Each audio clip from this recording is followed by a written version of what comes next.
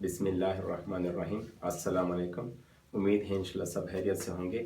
हम आज आपको इस क्लास में खुशामदीद कहते हैं। हमारी उर्दू की क्लास है। पिछली क्लास में मैंने आपको फ़े बताया था, तो आज मैं इंशाल्लाह मैं आपको काफ़ बताऊंगा। फ़े और काफ़ में क्या फ़र्क है, कहाँ कहाँ पे नून इस्तेमाल होता है, इसके बारे में मैं आपको बताऊंगा। तो जिन लोगों ने अभी तक चैनल को सब्सक्राइब नहीं किया, वो चैनल को सब्सक्राइब करें, वीडियो को पूरी देखते जाएं, क्योंकि वहाँ पे ऐसे कुछ पॉइंट्स होते हैं जिसमें हम जाविया इस्तेमाल करते हैं, जिसे हम एंगल कहते हैं। तो आपने उस एंगल को इस्तेमाल करके ही अपनी हैंड राइटिंग को खूबसूरत बनाना है।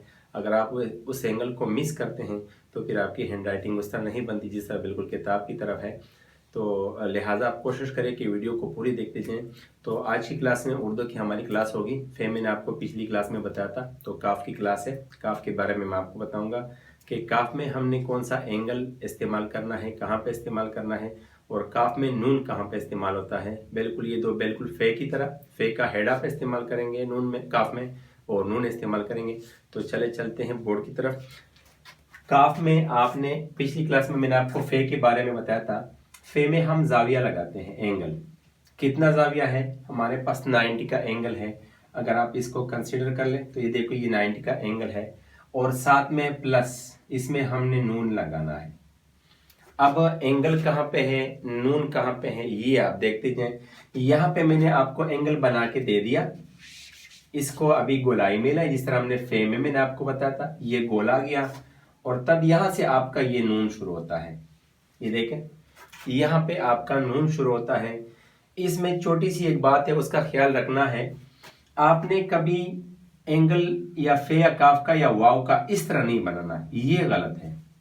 अगर आप ये वाव, फ़े और काफ में ये एंगल बनाओगे, जो अक्सर बच्चे गलती करते हैं, ये गलत है। आपने 90 एंगल बनाना है और उसके बाद इसको नून के साथ ऐसे मिलाना है, तो ये आपके पास काफ आ गया। दूसरी चीज जो मैं आपको बताने वाला हूं, ये आपने थोड़ी सी इसको नुकदार नहीं बनाना। समझाने पे मैं समझाता हूं अपने स्टूडेंट को भी, ये नुकदार होता है, पहले इसको सीख लें, इसके बाद आपने इसमें गोलाई लेकर आनी है। कैसे गोलाई लेकर आओगे? ये देखो, ये नॉर्मल साइज में टर्न दे दो, ये अब इसमें गोलाई आ गई। तो एग्जैक्टली हम जिस तरह हिसाब किताब में, जिस तरह हम मैथमेटिक्स में जाविया बनाते हैं, उस तरह तरीका सीखने का है, वो जाविया होता नहीं है। यहाँ पे आपने थोड़ी सी इसमें गोलाई लगानी है। गोलाई करोगे तो ये आपकी बिल्कुल फ़े, काफ और वाव किताब की तरह बनेगा। तो देखें दोबारा, यहाँ पे मैंने 90 एंगल बनाया और उसको फिर मैंने गोल कर दिया, और तब इसके साथ प्लस नून बना दिया। नून में मैंने आपको ये बात भी बताई थी कि आपने इसको जज करना है कि बिल्कुल ये सीधा ना जाए, यहाँ पे आपने टर्न लाजमी देना है।